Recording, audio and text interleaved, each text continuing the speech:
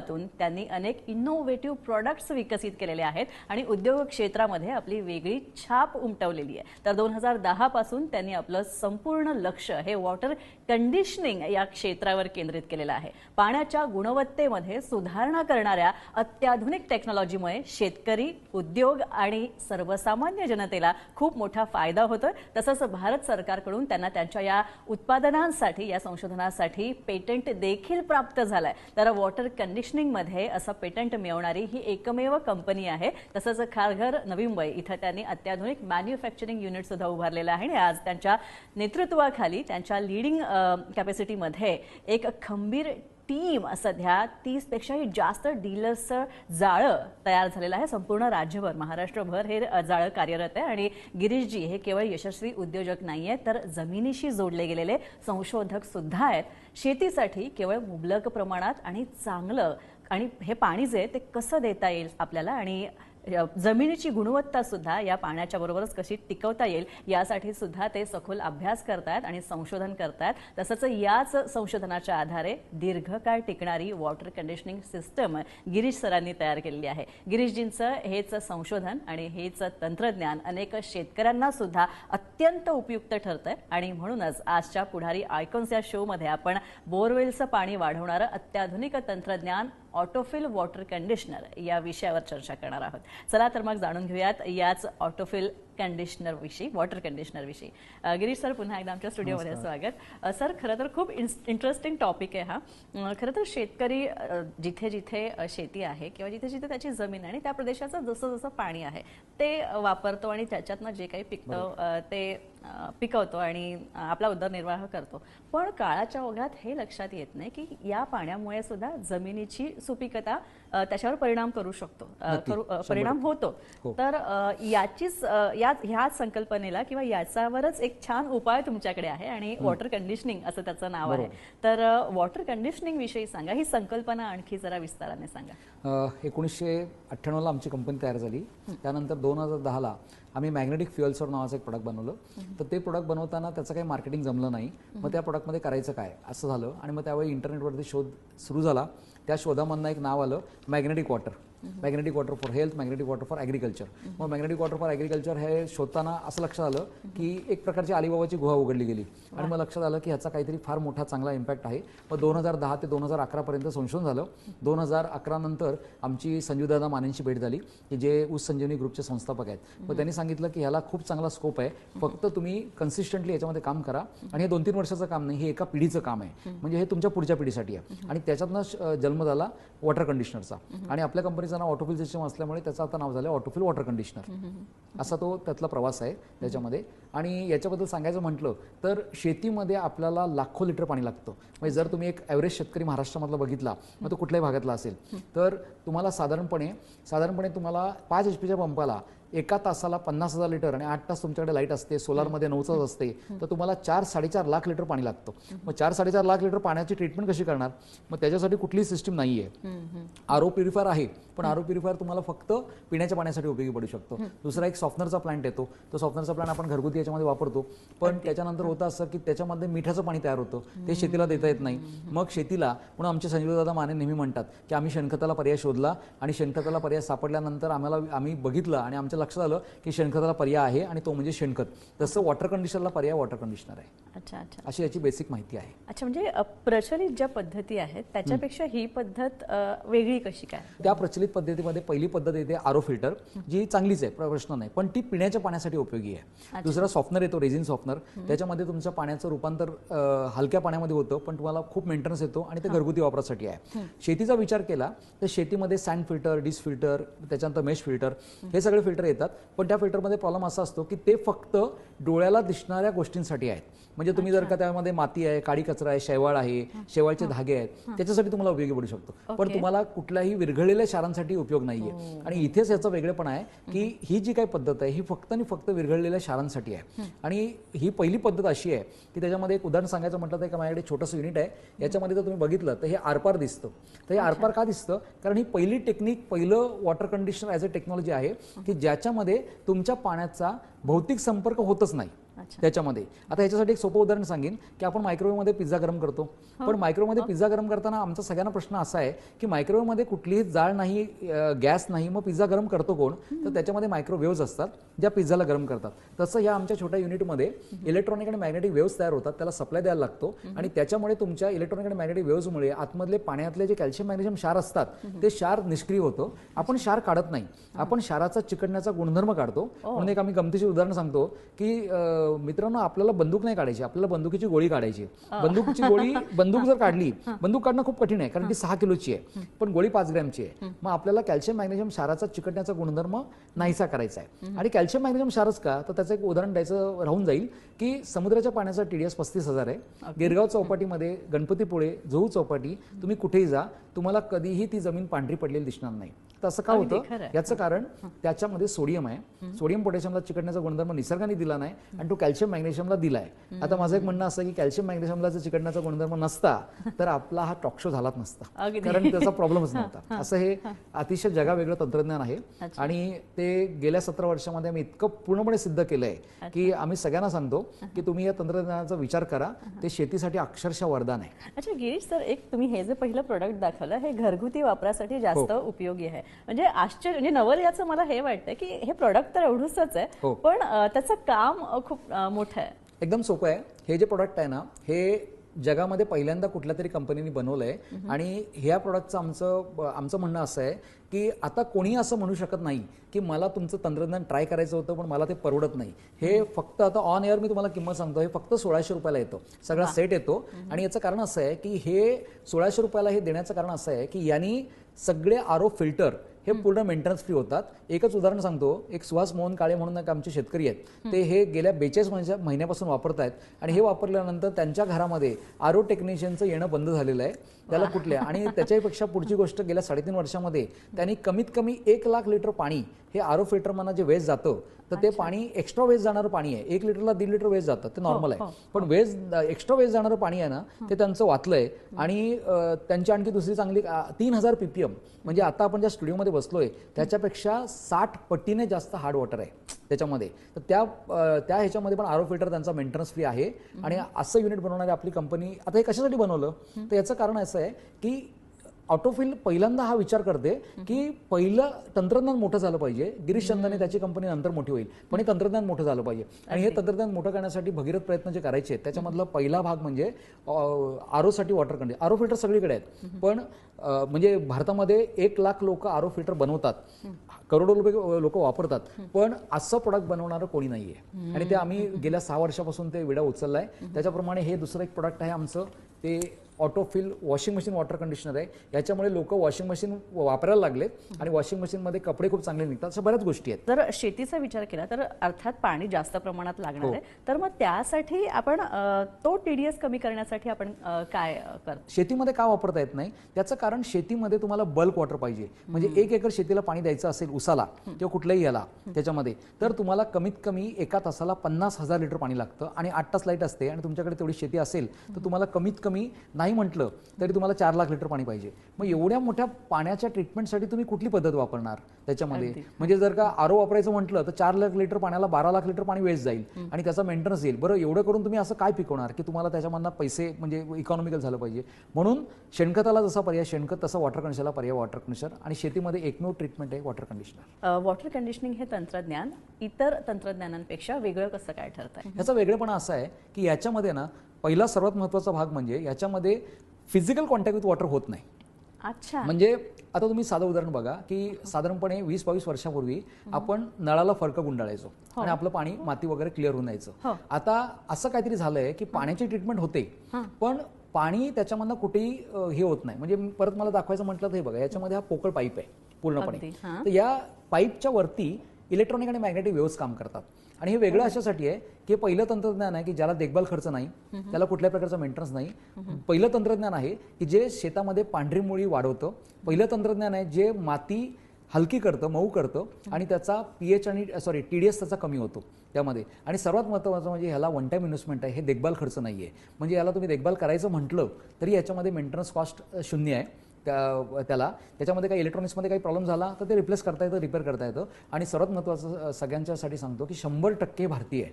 याच्यातला कुठलाही पार्ट हा बाहेरच्या देशात येत नाही. 100% आपण तंत्रज्ञान पूर्णपणे मेक इन इंडिया आहे. बऱ्याच ठिकाणी काय होतं, आता कोकणाचा एक भाग वगळता, कोकणात तर समुद्रकिनारे आहेत, मात्र तरी आपण ती निसर्गाची किमया म्हणूया की तिथे पाणी क्षारयुक्त तसं नाहीये. पण इतर जर महाराष्ट्रातल्या किंवा देशभरातल्या भारतातल्या इतर ठिकाणांचा वापर केला किंवा इतर ठिकाणांचा विचार केला तर तिकडे जी शेती आहे किंवा तिथे जे शेतीसाठी पाणी वापरलं जातं ते काहीसं जड आहे, त्यात क्षारांचं प्रमाण जास्त आहे आणि असं पाणी आपण वापरतो आणि वरून आपल्याकडे खतांचा मारा हे करतो. तर मग त्यामुळे जमिनीमध्ये क्षारांचा तयार किंवा एक कधी कधी असंही दिसतं की शेतामध्ये असा पांढरा थर सुद्धा मिठासारखा जमा झालेला आहे. तर ही समस्या सगळीकडे आहे. तर मग यावर हे कसं काय प्रभावी ठरू शकतं? हे प्रभावी याच्यासाठी आहे की पहिले प्रश्न असा आहे की पाण्यातले क्षार हा आपला प्रश्न कधी नव्हता, कधी नाही आणि कधी नसणार. आपला प्रश्न त्याचा चिकटण्याचा गुणधर्म आहे. म्हणून मगाचं उदाहरण सांगितलं ना की शेती तुमचं समुद्राचं जे पाणी आहे त्याचा TDS 35,000 आहे. पण 35,000 TDS असून पण तुमच्या समुद्रकिनारा पांढरा पडत नाही आणि त्याच वेळेला तुम्ही सातारा, कोल्हापूर या ठिकाणी 400-500 ppmचं पाणी, 1000 ppmचं पाणी असेल. ppm म्हणजे पार्ट्स पर मिलियन, TDS म्हणजे टोटल डिझॉल्व्ड सॉल्ट्स. तर याच्यामध्ये तुमचं जमीन पांढरी पडते. असं का होतं? तर त्या पाण्यामधले जे कॅल्शियम मॅग्नेशियम आहेत त्या कॅल्शियम मॅग्नेशियमला निसर्गाने चिकटण्याचा गुणधर्म दिलाय. तो चिकटण्याच्या गुणधर्मामुळे हा प्रॉब्लेम तयार झाला आणि तो काढण्यासाठी क्षार काढणं शक्य नाही. मग आपण काय करू शकतो? आपण त्याचा चिकटण्याचा गुणधर्म काढू शकतो आणि हे तंत्रज्ञान चिकटण्याचा गुणधर्म काढते. आणि त्याच वेळेला एक अतिशय दुसरा चांगली गोष्ट तयार होते ती म्हणजे पाण्याची द्रावण क्षमता वाढते. आणि द्रावण क्षमता वाढल्यामुळे तुमचे जुने क्षार आहेत ते निघून जातात. जमीन थोडीफार प्रमाणामध्ये पांढरी नंतर पण दिसते, पण जमिनीचे जे रिपोर्ट काढले त्याचा TDS आणि EC काढला तर तो कमी झालेला असतो. म्हणजे पोत त्याचा व्यवस्थित असतो, सुधारतो त्याच्यामध्ये. आणि जर आम्हाला विचारलं की तुम्ही शेतीमध्ये वॉटर कन्झर्वेशन तंत्रज्ञान वापरण्याची 2 मुख्य कारणं सांगा, तर ती 2 मुख्य कारणं म्हणजे पहिलं तंत्रज्ञान जे पांढरी मुळी कमीत कमी दुप्पट करतं आणि दुसरं म्हणजे जमिनीचा जो क्षारयुक्तपणा, शार्पटपणा आहे तो हळूहळू कमी होतो. आता आमच्याकडे उदाहरण आहे की शार्पट जमीन आम्ही 100% रिकव्हर केलेली आहे. वॉटर कंडिशनिंग म्हणजे पाण्याचा पोत या पाणी आपण जे वापरणार आहोत शेतीला ते चांगलं अधिक करण्यासाठी आपण हे प्रोडक्ट्स वापरू शकतो ऑटोफिल वॉटर कंडिशनिंगचे. पण बोरवेलच्या बाबतीत म्हणायचं झालं तर बोरवेलची पाण्याची क्षमता किंवा पाणी उपसण्याची क्षमताही वाढवण्यासाठी काय करायचं की त्याची बोरवेलची वॉटर लेवल मी तुम्हाला प्रोडक्ट दाखवतो. याच्यामध्ये इथे एक प्रोडक्ट आहे, आता आपण ते बघूया. हे प्रोडक्ट मी माझ्याबरोबर आणलेलं आहे. त्याच्यामध्ये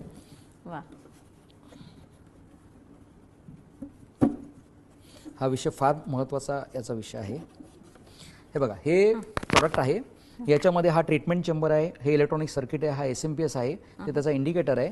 तर याच्यामध्ये काय होतं तर आपल्या बोरवेलमध्ये जे बोरवेलच्या आउटपुटला आपण हे प्रॉडक्ट लावतो आणि त्यातनं 400 लिटर पाणी हे रिटर्न आपण बोरवेलमध्ये सोडतो आणि हे सोडल्यानंतर ह्या पाण्यामध्ये इलेक्ट्रॉनिक आणि मॅग्नेटिक फ्रिक्वेन्सी तयार होतात आणि त्या फ्रिक्वेन्सीमुळे काय होतं की पाण्याची डिझॉल्विंग कॅपॅसिटी, त्याची द्रावण क्षमता वाढते आणि आपल्या बोरवेलमध्ये जे झरे चोक झालेले आहेत तर ते पूर्णपणे मोकळे होतात. आत्ता प्रचलित पद्धतीमध्ये बोरवेलमध्ये केमिकल टाकणं, ॲसिड टाकणं, पावडर टाकणं, बोरवेलला ब्लास्टिंग करणं, त्याच्यानंतर त्याला चरे मारणं, हे सगळे प्रकार चालू आहेत. पण त्याच्यातलं हे नॉन केमिकल व्हर्जन आहे की तुम्ही जर का हे लावलं त्याच्यामध्ये. आणि याच्या फक्त 2 सक्सेस स्टोरी मी सांगतो. कालची कोकणातली आलेली आहे, त्यामुळे परवापर्यंत मी कोकणामध्ये हे सक्सेस होईल की नाही आम्ही सांगतो होतो, पण काल ते सक्सेस झालेलं आहे त्यामध्ये. आणि एकच सक्सेस स्टोरी सांगायची म्हटली तर देवदत्त देशपांडे नावाचे एक नांदेडला आमचे शेतकरी कस्टमर आहेत. त्या कस्टमरनी मागच्या वर्षी साधारणपणे 3.5 महिने 40,000 रुपयाचं पाणी टँकरद्वारे विकत आणलं होतं आणि यावर्षी त्यांना हे लावल्यानंतर त्यांना 1 लिटरही पाणी अजूनपर्यंत विकत घ्यावं लागणार नाहीये आणि ते त्यांच्या बोरवेलमध्ये ते पाणी येतं. तर हे कसं काम करतं तर आपला प्रश्न असा आहे की बोरवेलच्या आतमध्ये ज्या काही म्हणजे जसं रक्तवाहिन्या असतात त्याच्या पाण्याच्या वाहिन्या असतात त्या सगळ्या चोक होतात आणि त्या क्षारांमुळे चोक झाल्यामुळे त्याच्या आतमध्ये त्या मोकळं करण्याचं काम हे पाणी करतं. त्याच्यामध्ये आता लोक ॲसिड वापरतात म्हणजे काय करतात तर ते पाण्यामध्ये ॲसिड मिक्स करून त्यांना मोकळं करतात. पण आपण विदाऊट ॲसिड आपण ह्या पाण्याला असं भाग पडलंय की तुम्ही पाणी स्वतः ॲसिडसारखं काम करायला हे मोकळं म्हणजे भाग पडतं आणि त्याच्यामुळे आपलं बोरवेलचं पाणी वाढवण्याचं उत्पादन हे 100% सक्सेस झालेलं आहे. उलट आम्ही असं म्हणतोय की वॉटर कंडिशनरला मोठं करण्यासाठी आम्ही जो विचार करत होतो की RO वॉटर कंडिशनर मोठं होईल, पण आता हे बोरवेल वॉटर कंडिशनर या तंत्रज्ञानाला खूप मोठं करणार आहे. त्याच्यामध्ये आता पण आमच्याकडे जवळजवळ 200-250 पीसच्या ऑर्डर पेंडिंग आहेत. इतकं या सीझनला याचं महत्त्व झालेलं आहे. आमच्या कंपनीच्या बाबतीमध्ये ऑटोफिल वॉटर कंडिशनरमध्ये वेगळं म्हटलं तर ऑटोफिल वॉटर कंडिशनर मोठी व्हावी असा विचार करण्यासाठी एक प्रोडक्ट बनवणारी ही पहिली कंपनी आहे. आज आमच्याकडे साधारणपणे 10 प्रोडक्ट असे आहेत की जे 4,200 रुपयाच्या किमतीच्या खाली आहेत आणि ते फक्त आणि फक्त आम्ही वॉटर कंडिशनर तंत्रज्ञान मोठं व्हावं याच्यासाठी बनवलंय की लोकांना ह्याची वॉटर कंडिशनर नावाचे 2 शब्द कळले पाहिजेत. त्याच्यामध्ये जगामध्ये 35 वर्ष आहे पण ते मोठं होऊ शकलं नाही आणि आमचं म्हणणं आहे की जर का हे तंत्रज्ञान मोठं झालं पाहिजे तर वॉटर कंडिशनर नावाचे 2 शब्द लोकांपर्यंत पोहोचले पाहिजेत आणि त्याची चांगली सुरुवात आहे. म्हणजे आमची पॉलिसी जी झाली आहे त्याच्यामध्ये ती चांगल्यापैकी चालू आहे. अच्छा सर, वॉटर कंडिशनिंग ही पद्धत आणखी या संदर्भात जनजागृती निर्माण करण्यासाठी काय आणखी प्रयत्न करणं गरजेचं आहे? प्रयत्न हे गरजेचं आहे की तुम्ही घरापासून सुरुवात करू शकता. तुम्ही साधा सगळ्यांकडे जर मुंबई मेट्रो वगैरे अशा काही शहरे सोडली, पुणे वगैरे सोडलं तर प्रत्येक घरामध्ये आरो फिल्टर असतो. नसेल तर लोक जार घेतात, पण जार घेण्याच्या ऐवजी तुम्ही स्वतःचा आरो फिल्टर जर का घेतलात आणि त्याला जर का सिंपल साधा 1600 रुपयाचा प्रोडक्ट वापरण्याचा विचार केलात तर तुमचा आरो फिल्टर हा मेंटेनन्स फ्री होऊ शकतो आणि त्यातनं तुम्हाला एक विश्वास बसेल की खरोखर हे तंत्रज्ञान खरं आहे. त्याच्यामध्ये जो कोणी आरो वॉटर कंडिशनर वापरेल त्याच्या घरामध्ये 2 टँकर पाणी म्हणजे 20,000 लिटर पाण्याचं वेस्टेज कमी होतं आणि या सगळ्यातनं तुम्हाला असा अनुभव येतो की ही टेक्नॉलॉजी खरोखर एक सत्य गोष्ट आहे आणि मग त्याच्यातनं बाकीचा प्रसार होईल. आणि हे आमचं गेल्या 10 वर्षामध्ये हा अनुभव आम्हाला येतोय की लोक त्याच्यावरती विश्वास ठेवतात. म्हणजे सोपं सांगायचं तर फक्त 4 वर्षामध्ये 3,000 फॉलोअरचे आज आमचे 70,000 फॉलोअर फेसबुकमध्ये झालेत. तर त्याच्यामध्ये आम्हाला तो अनुभव खूप चांगला मिळतोय की लोक त्याच्याकडे विश्वास ठेवायला लागलेत. किंवा रादर असं मी म्हणेन की मी जो विचार केलाय की वॉटर कंडिशनर तंत्रज्ञान मोठं झालं पाहिजे, गिरीश चंद्रने नंतर मोठं होईल, तर ते लोकांना पटतंय आणि त्याचा विचार चालू आहे पूर्णपणे. सर, आता हे जो तुम्ही उल्लेख केलात की हल्ली एक मुंबई सोडली तर बाकी मुंबई सोडल्यानंतर पुढे सगळा भाग आणि सगळा ग्रामीण भाग इथे आरो फिल्टर किंवा तुम्ही म्हणाल त्याप्रमाणे जार वापरणं किंवा सरळ जार आणणं ते सोपं असतं, त्यामुळे तो वापरला जातो. बरोबर. तर यावर उपाय आपल्याला काय करता येईल? उपाय एवढंच करता येईल की पूर्ण घरासाठी वॉटर कंडिशनर वापरता येतं. मग पूर्ण घरासाठी वापरलं तर तुम्हाला वेगळं काही करण्याची गरज नाही. तुमचा आरो फिल्टर मेंटेनन्स फ्री होतं, वॉशिंग मशीन मेंटेनन्स फ्री होतं.